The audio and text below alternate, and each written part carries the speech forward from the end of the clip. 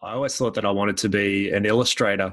And then about 13 years old, we got a computer at home with access to the internet. And that changed everything for me. It was like, this is my new obsession and I want to do something with this.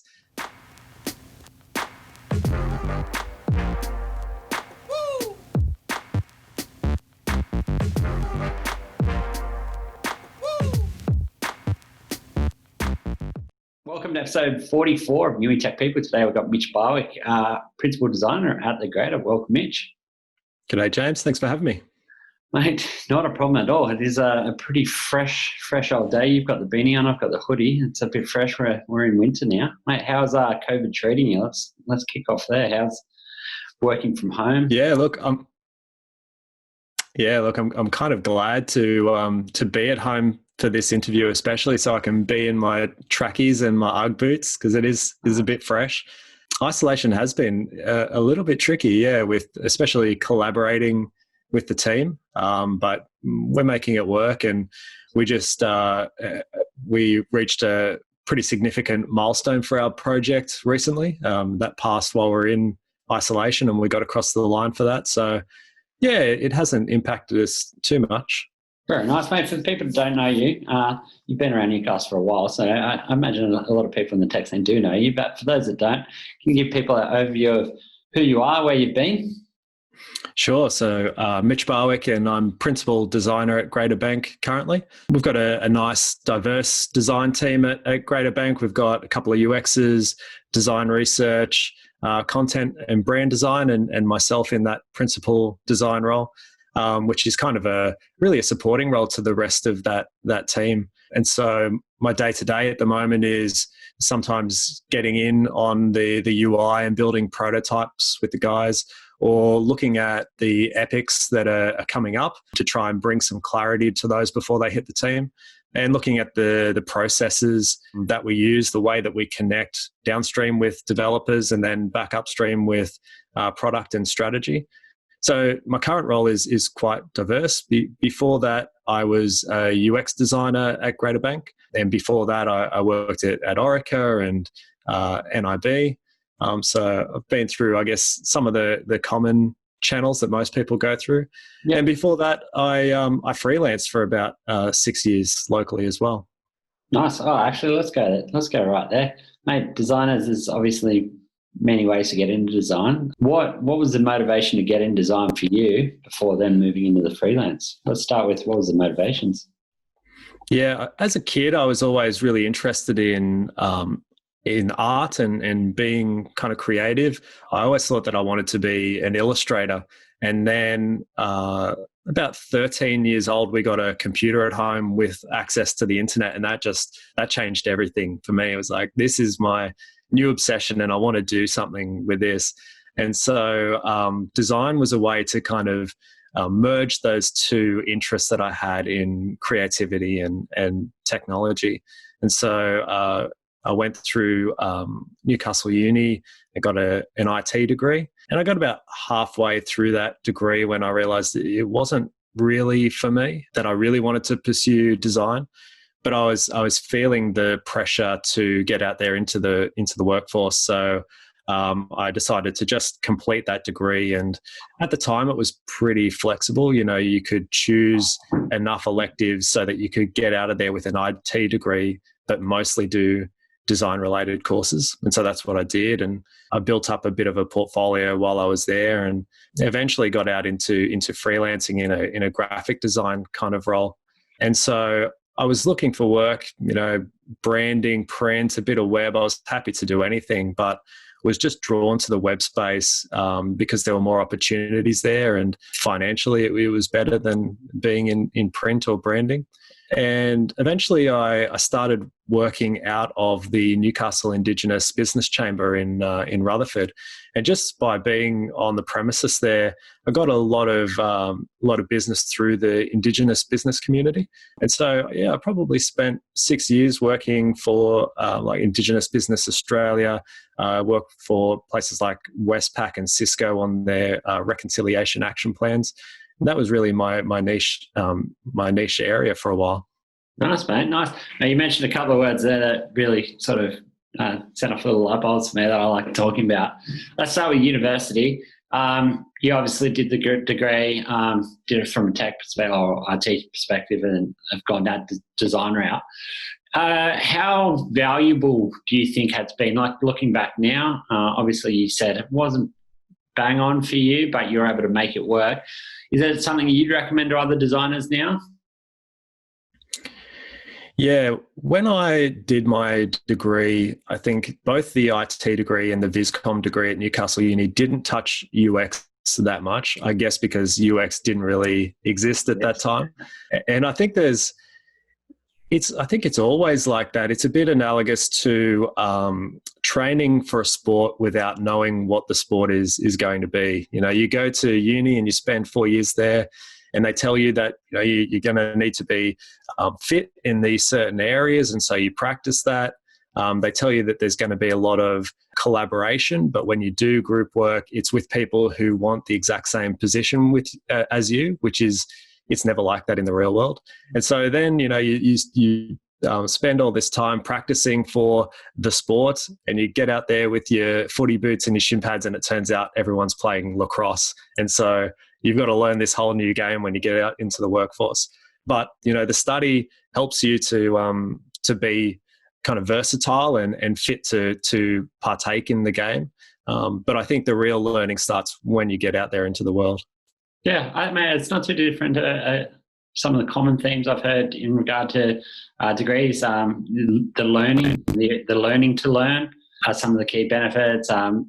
Participating in teams does help and try and build those skills. And then it's another thing also once you get out there. So, yeah, I think it's a bit of a horses for courses, but there's definitely some benefits there around learning to learn, being in those sort of different teams, sometimes being put in teams that have, projects that they're not the people that you've grown up with or that and you have to learn to get along and get a project over the line, which is it's a good skill to have. Yeah, I think that learning to learn is a good way to put it. Though I think where it falls short is in those group exercises, you're always working with people who are doing the same degree as you, or at least that was my experience. And then when you get into the world, the people that you collaborate from come from completely different areas of expertise. So I think if there's anything that is missed for me in going through that kind of traditional entry into the field, it's that lack of collaboration with other disciplines. I think that's something that I'd like to focus on more. Especially in your space more so than anything else, because you're working with the business, you're working with software development teams, and you sort of sit somewhere in the middle there as well, where you start trying to bring multiple parts of the business together to achieve an outcome. So a big part of what you do is actually that cross-functional behaviour, right? Yeah, that's right. There's a lot of facilitation and just being a good communicator and someone who can empathize with other people is kind of a fundamental skill of any designer. Yeah, cool. There was two other points you mentioned before, which is some of the parts that we really encourage any juniors or just anyone really who's looking to further their career. The two words you used were freelance and also portfolio. I think people doing some freelance work and doing some work outside maybe their core hours on wherever they're working, or if they're not working, doing some freelance work, working for others to build their experience, and also building that portfolio. And can you talk to both those points on how you think they've been beneficial to your career? So especially for designers, I think a portfolio can be really powerful. While I was doing my IT degree, I was kind of painfully aware that the kinds of roles that I wanted to get into wouldn't be as accessible to me with my IT degree as they would be to somebody with that Viscom degree. And so I really focused on building up that portfolio while I was studying. I had a lot of mates who were musos, and so I tried to get as much work as I could, doing their album covers or gig posters. Eventually, I got some part-time work with a local hardware company doing technical illustration. I got that through the university, and that was really useful for me, so that when I graduated, I had kind of 12 months of experience and a nice portfolio to get me going. So the portfolio, I think, is really important, especially for designers. The freelancing, look, I feel like I probably did it a bit too early in my career. I went straight into, or almost straight into freelancing.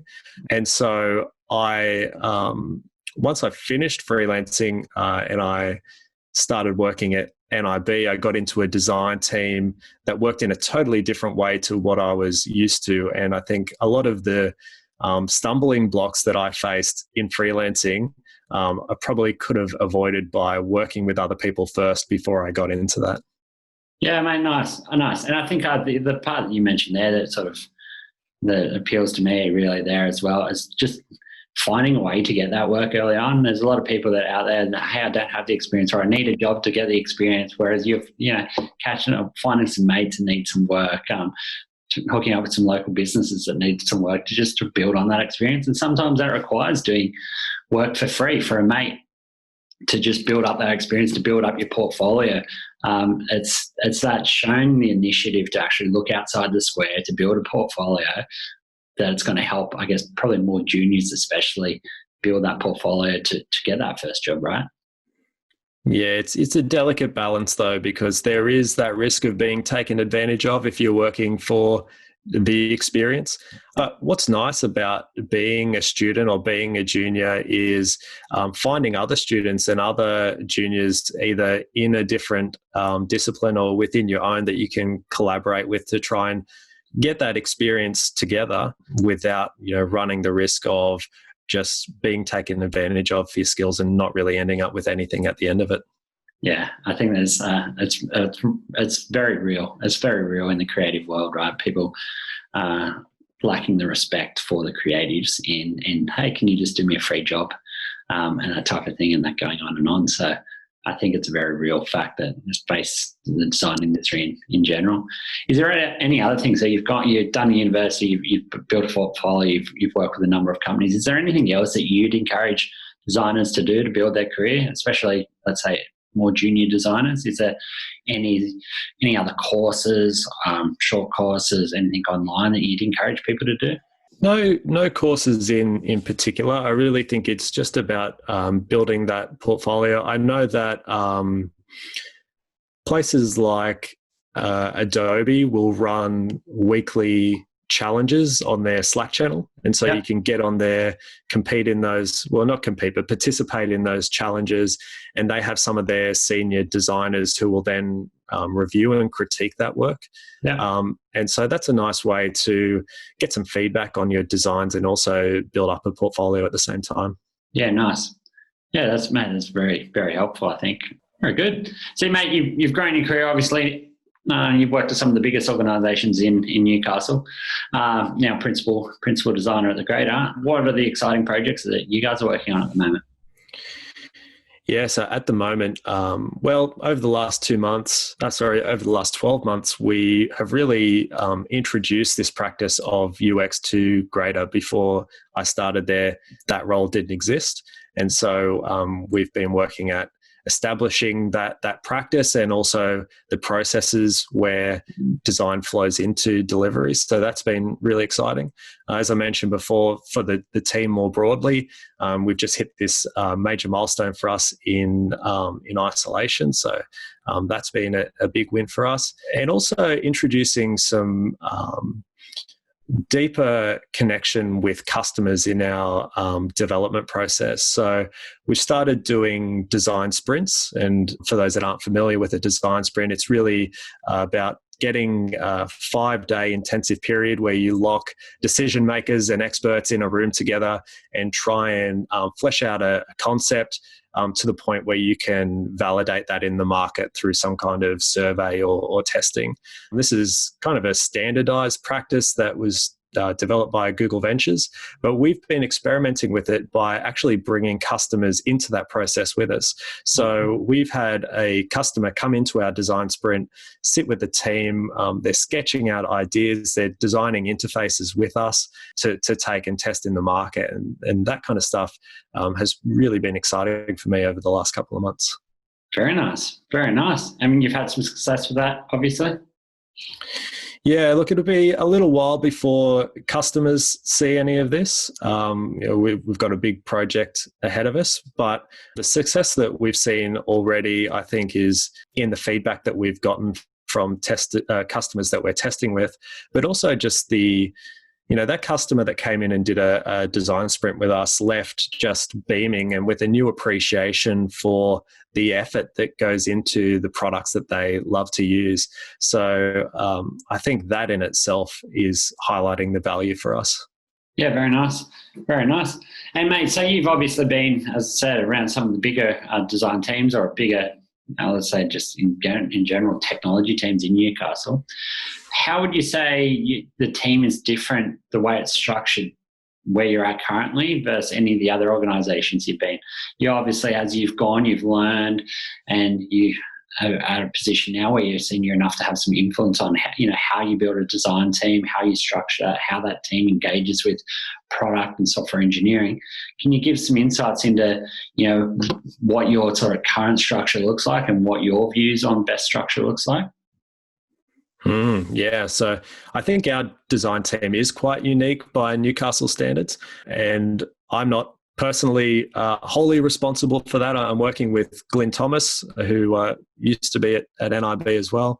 Yeah. And Glyn, I think most designers in Newcastle would know, he's just kind of a titan in Newcastle when it comes to design practice. And he really had this vision for the design team at Greater that would have these 4 kind of foundational cornerstones of UX, design research, service design, and exploration.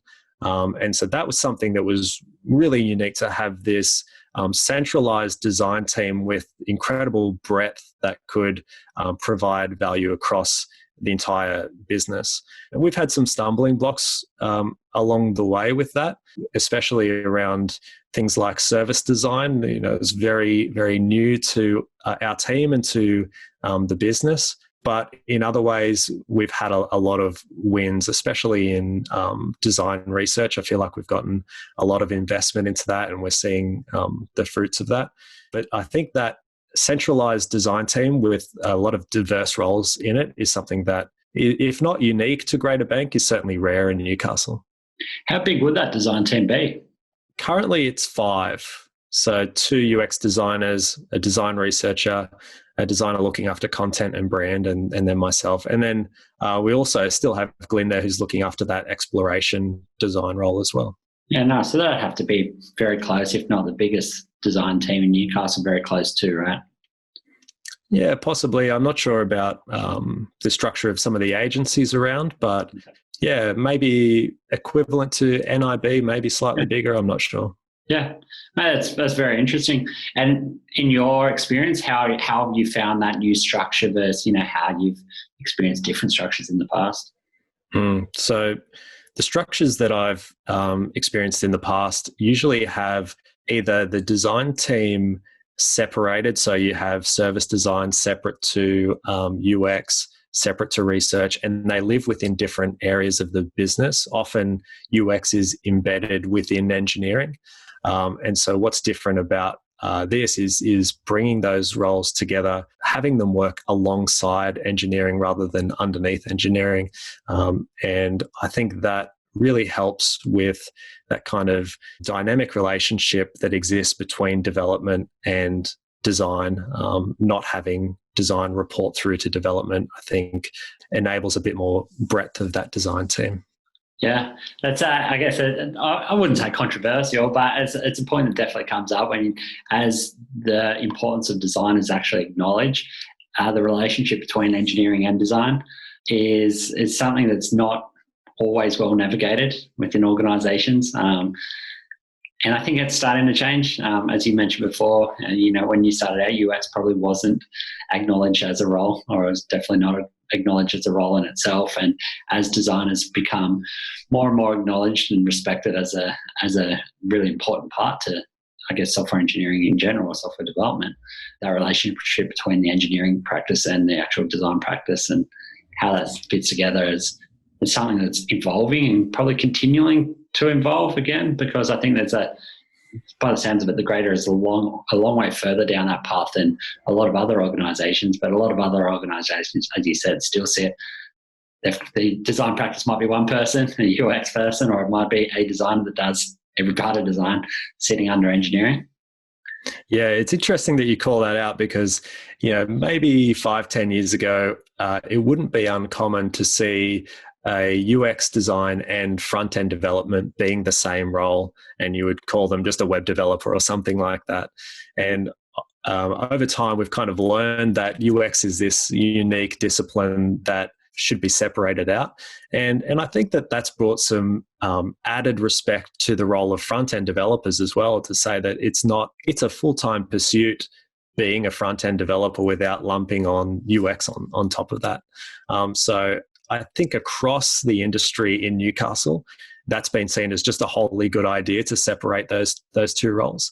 What Greater is doing, which isn't unique in a kind of broad sense, but maybe unique to Newcastle, is understanding that there's a distinct separation between UX and design research as well, and giving those two roles the kind of distance that they need. Often you'll see UX and research just being smashed together as one role. Research in itself is such a deep, full-time pursuit that I think eventually, I hope, we'll separate those two roles as well and give them the respect that they deserve. Yeah, I think that's a part of that evolution. I agree. I think back in the day, it was a front-end dev that also did UX, and then as you grow, you pull UX apart from that, and then there's the different elements of UX. I have a bit of a story about design research and the importance of it being distinct from UX. So we have a full-time design researcher at Greater Bank, and she worked to put together some personas for us, and those were in part data-driven personas. So doing surveys across 1,000, 1,200 people in New South Wales, asking about their attitudes and their behaviours with money and financial management, and then seeing the similar trends in particular sectors of the market, dividing that up and using those as kind of the basis for our personas. So what we ended up with was 6 unique personas that served as kind of a memory aid for those distinct attitudes and behaviors that people have towards their finances. And what was really cool on top of that was that our researcher created a survey that you could take that would tell you which of those personas you best aligned with. And so we took this survey to a showcase one day. There's about 50 people there, all the developers and product people. We had a couple of members of the board who came down to this showcase as well. And we all sat down and we took this survey. And so as you can imagine, almost everybody came out as the exact same persona. We had 3 people that were separate, and of those 3, 2 of those were the same. So what that meant was, of those 6 segments of the New South Wales market, 3 of those were not represented in our team at all, which meant if you had UX without research and you weren't engaging customers and you were creating designs and going around to everybody in your team and saying, hey, what do you think of this concept? How would you use this feature? Do you like it? That feedback that you got, even if you asked all 50 people, would still leave out 3 whole segments of the New South Wales population. So I think that for me really underscores the importance of those 2 roles separately and of getting that customer engagement happening. Yeah, mate, that's a really good example. And quite surprising, right? Because there's many of teams that wouldn't have that depth of research going on. So you can only imagine how many problems or in different business contexts, dollars left on the table or customer journeys that are probably not mapped overly well. Well, the thing is, it's not that outcome of almost everybody being one persona is not unique to Greater Bank. There's nothing about us that that makes us all behave the same. I think just the nature of being in technology, there are certain things that nudge you towards technology or exclude you from it. If you say that you're a software developer, it's very likely that I could guess your age, your location, how much education you've had, and so Yeah, your gender as well. And so, and I think that's something, but unfortunately, I think there's something. Gender's slightly different in that there's no reason that that's there. It is, and it's unfortunate, but we are changing that. But I think that until the technology is good enough, technologists will always live in metropolitan areas. I think they'll always skew younger, with people who get more experience moving out of those roles into kind of management or into strategy. The gender one, I hope we can get rid of. But as we say, there are certain things that kind of nudge you into that role, which means that there are certain people who are just not represented in any software team. Yeah, nice. Mate, if I had to take like all of your experiences, you obviously worked at the bigger end of town with a lot of the bigger businesses and bigger technology teams. If you were to go into a smaller team, or you're a software development team who have, let's call it 4 developers and a software development manager, they don't have a design practice, they don't have a UX practice, and they're going to build that out. Where would a company start? And I think there's a relatively growing number of companies that are in this space that are starting to invest in software development and custom development for themselves, and have a software development team somewhere between 2 and 10 developers who may not have invested in UX or in design today. How would you, for those smaller companies, how would you recommend starting to build out a design practice? Who's your first hire? What's their focus? What's the hire after that? How do you go about building a design practice? Yeah, look, that kind of stuff really excites me. The idea of kickstarting a new team. It's part of what took me to Orica in the first place, and it's part of what eventually drew me to Greater. I think when you've got a development team, most of the time the developers are hired first and the designers come in afterwards. And so for me, that first step in establishing design is showing the value that it can add to the delivery stream. There's often this impression that design is going to slow us down and they're going to ask us to do some crazy stuff that's going to make every story twice as big. When in reality, good design practice should bring clarity to the stories that are coming into the team. Everybody on the team should start to get this really clear picture of what the expected outcome is, of what the customer need is that we're focusing on. And then you start to get developers able to have more of a meaningful impact on the conversation about what we should and shouldn't build, because everybody gets onto the same page about what that value is that we're trying to deliver, so they can ask questions about, well, I don't think that this feature actually adds the value that you think it does. And so that's really powerful to get everybody onto the same page and bring that clarity. In terms of, research and strategy, I think just a good all-round UX designer is always a good place to start. And then I think once you've got that UX practice established, then research would be my next hire after that. Yeah, nice. I think it's, well, I've definitely seen a couple of companies go through that journey and started to invest there, and we'll continue to sort of build out that practice. And there's some other software development teams that haven't gone down that route yet. And as you said, a lot of people they might outsource the design part to start with, and then build that software development actual engineering capability internally first, and then build that out as they go. You can't, in a lot of cases, it does come down to budget and headcount, but I think it is something that we're starting to see more and more investment in that space. Yeah, you're right. It does get outsourced, and it is kind of if there's budget for it, then we add UX as a secondary thing. But I really think that is a missed opportunity. The way that we work at Greater Bank with our engineers is in a fire team model. So we have groups of 3 or 4 engineers with a designer, and they all pick up a piece of work at the same time. So they'll receive that user story together. And then they'll collaboratively come up with what the solution for that is. And so when you're outsourcing design, you lose that opportunity to really have that collaboration from the start between design and engineering. Oh, I completely agree. Now, you mentioned Newcastle a few times. You've mentioned how the graders maybe, at the forefront or toward the forefront in Newcastle in general. Now, what's your thoughts on the Newcastle design and technology community? Yeah, it's getting there. It's emerging. The design community here is starting to grow. We've had the IXDA meetups happening for a couple of years now. For a long time, there were only 3 or 4 people turning up to those.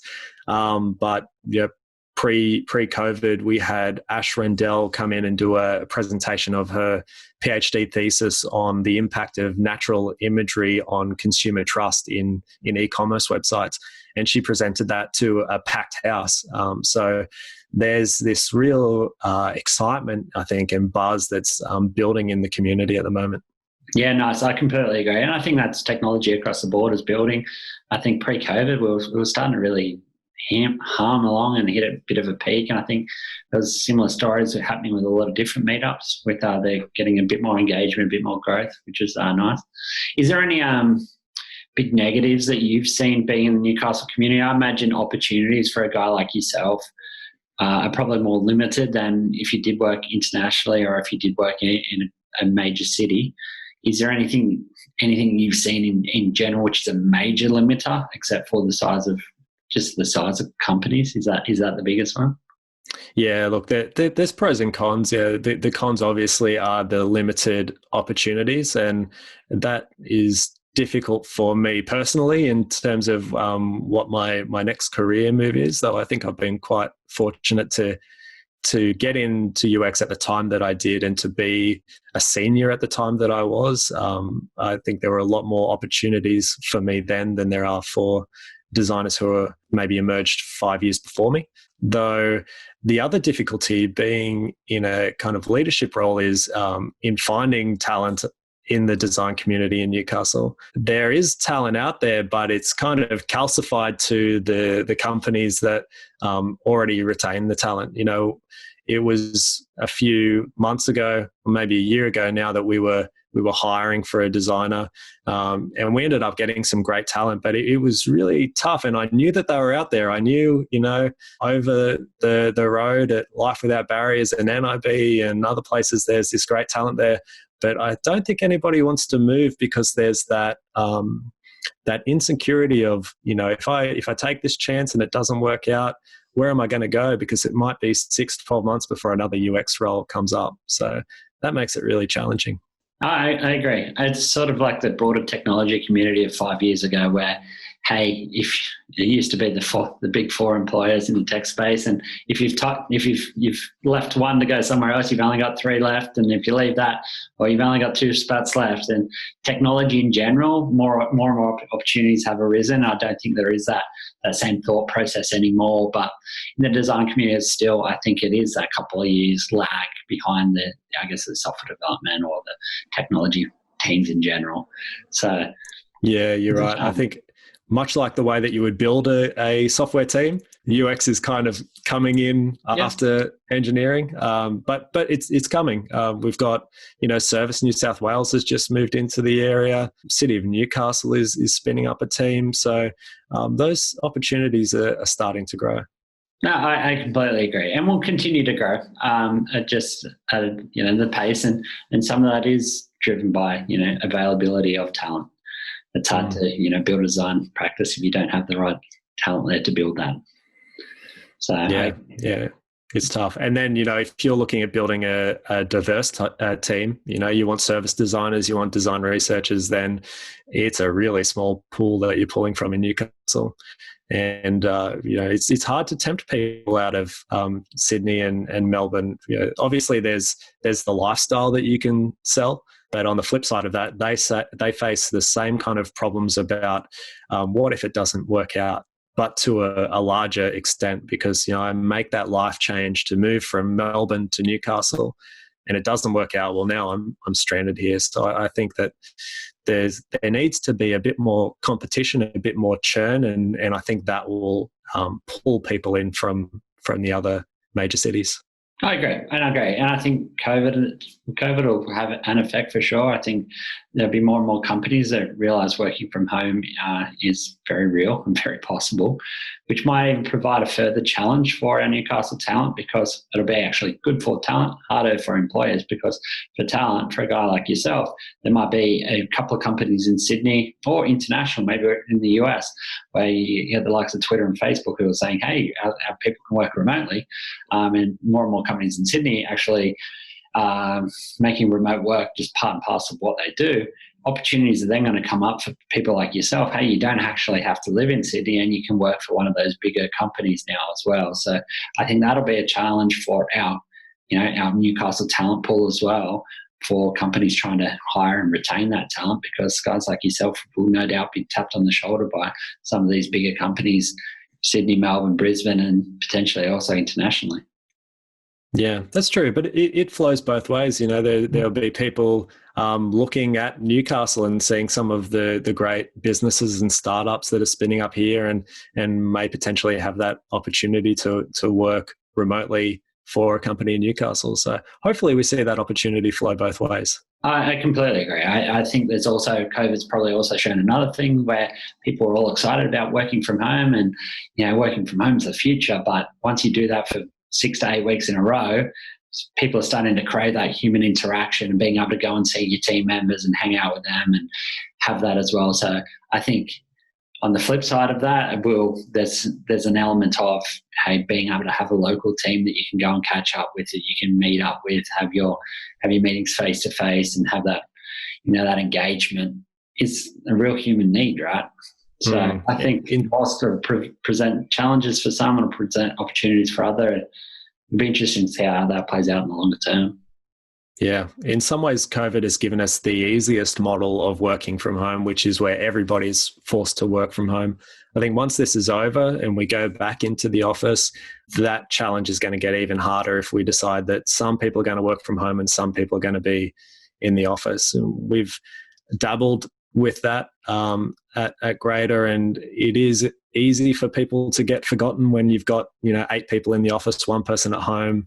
They get forgotten when you're inviting people to meetings or just chats at the kitchen table over lunch. So I think we'll find new challenges for remote working once we go back to the office with a taste for staying at home. I agree. I completely agree. I think that's definitely a challenge that all companies will start to face. Mate, that's very interesting. We're sort of getting toward the end. We're starting to rack up some minutes here. But going to about just you personally for a little bit about how you manage your day and your career. From a productivity perspective, is there any tools or methods that you use to help your productivity on a day-to-day basis?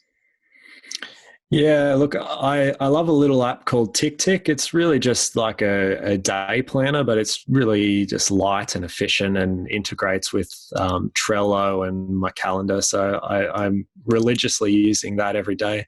From a design perspective, I'm always using a combination of Sketch and InVision, Overflow and Axure for building prototypes. But also I find those tools really useful for communicating ideas visually and being able to just push them up to a place where I can host them and share them with other people in the business. So I often find myself using something like Sketch over, say, PowerPoint to kind of communicate in a presentation. And also not a software tool, but a tool that I use all the time that I think everybody should have a look at is the Double Diamond. So Double Diamond is a framework of design thinking. It's a model for understanding problems and identifying solutions to those problems. There's lots of resources around the Double Diamond online, plenty of good YouTube videos. So I recommend people check that out. For design or just for everyone in general? Anyone who has a role where they're given problems without a clearly defined solution, they will find value in the Double Diamond as a way to evaluate all of the potential solutions to that problem and narrowing it down to the best one. Very nice, mate. I've not heard of that before. It's something I'll check out, but good piece of advice. When it comes to education, is there any books that you've read that you'd highly recommend, or a podcast that you listen to all the time that you'd highly recommend? I'm forever listening to podcasts, but unfortunately not many related to work. But the ones that I do listen to, I'd recommend 80,000 Hours. Yeah. It's a podcast that revolves around effective altruism. So Will McCaskill is kind of at the forefront of this idea that we only have a limited time in our work life, which is the 80,000 hours. And we should be really picky about the things that we do with that time to get the most social good out of it. And so there's some great kind of potted biographies in that podcast of people who have taken that to the extreme of looking for the most valuable use of their time for a greater social good. Very nice. Very nice. Any books or blogs that you read all the time, whether work or otherwise related? Yeah, I think it's an oldie but a goodie, but Thinking Fast and Slow by Dan Kahneman. If you're interested in the way that the human mind works and the impact that behavioral economics has, gone are the days where we see customers as kind of walking calculators that make all of their decisions based on, cost-benefit analyses. We know now that there are all these underlying behavioral triggers and emotions that impact the way that people perceive and use products. And Thinking Fast and Slow is a good introduction to that for anyone who's interested. Very nice, mate. Very nice. If you had to wheel it all the way back and give yourself some advice to an earlier version of yourself when you were younger, mate, any advice in particular you would give yourself? Yeah, I think that question is more than academic for me at the moment, because I do have a junior on my team who's fresh out of uni, and so I'm really glad to have that opportunity to give someone the advice that I wish that I had. And for me, starting out, I was really worried about the way that my work would be perceived. Am I good enough? Am I doing this right? And my solution to that was always to kind of hold my work back and perfect it before I took it to a lecturer or to a client or to a developer. And what I've learned, of course, is that that's the opposite of what I should have been doing. I should have been really transparent from the start if I was unsure. And so we use a process at the moment, which we call 30, 60, 90, which is showing your work in progress at 30% complete, 60% complete, 90%.